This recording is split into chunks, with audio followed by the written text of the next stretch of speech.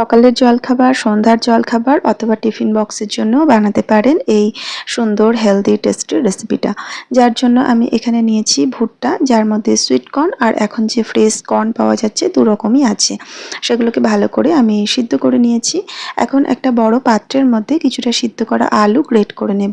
ভুট্টার দানাগুলো আপনারা চাইলে স্টিমও করে নিতে পারেন। এখন এই গ্রেট করা আলুর মধ্যে কিছু কোঁচানো সবজি দেব, যেটা ছোট ছোট করে কুচিয়ে রেখেছি। এর মধ্যে আছে ক্যাপসিকাম কুচিয়ে, পেঁয়াজ, ধনেপাতা, কাঁচা লঙ্কা, টমেটো।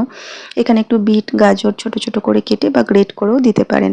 এখন এই ভুট্টার দানাগুলো দিয়ে দিয়েছি। আমি গোটা দানাই দিয়েছি, আপনারা চাইলে একটু কোর্সলি গ্রাইন্ড করেও দিতে পারেন।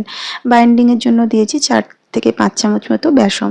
সব কিছুকে ভালো করে মেখে নিয়ে এখানে প্যান গরম করতে বসিয়েছি যাতে টিক্কিগুলো একটু সেঁকে নেব।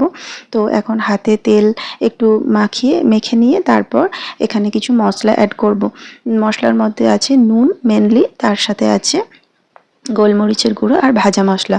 একদম তাওয়া গরম করার পর আমি এই মণ্ডটার মধ্যে নুনটা মেশাবো, কারণ নুনটা যদি আগে থেকে মেশাই যে সবজিগুলো আছে তার থেকে জল কেটে টোটাল মণ্ডটা সগি হয়ে যাবে, তখন এই টিক্কির শেপ হোল্ড করতে পারবে না। তাই নুনটা একদম শেষে। তো এখন এই টিক্কিগুলোকে এরকম হাতেতে একটু তেল মেখে নিয়ে টিক্কির শেপে গড়ে নেব আর কি মণ্ডটা থেকে। তারপর এগুলোকে অল্প তেলে ২ পিঠ ভালো করে সেঁকে নেব, শ্যালো ফ্রাই করে নেব আর কি। তো একটু সময় নিয়ে করতে হবে যাতে ২ পিঠই একদম ক্রিস্পি ক্রাঞ্চি হয়ে যায়, তাতে করে খেতে বেশি করে ভাল লাগবে।